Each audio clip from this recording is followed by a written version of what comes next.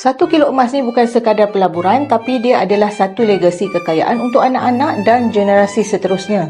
Rumah boleh rosak, kereta boleh susut nilai, tapi emas tetap kekal bernilai sepanjang zaman.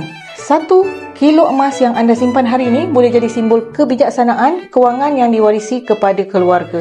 Anak-anak bukan sahaja dapat harta, tetapi juga warisan mindset pelabur yang bijak. Emas 1 kilo ini mempunyai spread yang jauh lebih rendah, hanya sekitar 6% sahaja. Dan daripada segi kos premium, anda boleh jimat puluhan ribu ringgit berbanding membeli emas dalam saiz yang kecil. Kalau anda sudah berada di tahap stabil kewangan dan anda nak bina legasi sebenar, targetlah 1 kilo emas sebagai simpanan keluarga. Saya akan bimbing anda untuk capai matlamat ini dengan cara yang paling bijak bersama Public Gold. Untuk saya bantu dapatkan 1 kilo emas pertama anda, boleh klik link saya di profil ataupun boleh direct DM saya. Simpan emas, nilai terpelihara, harta berganda.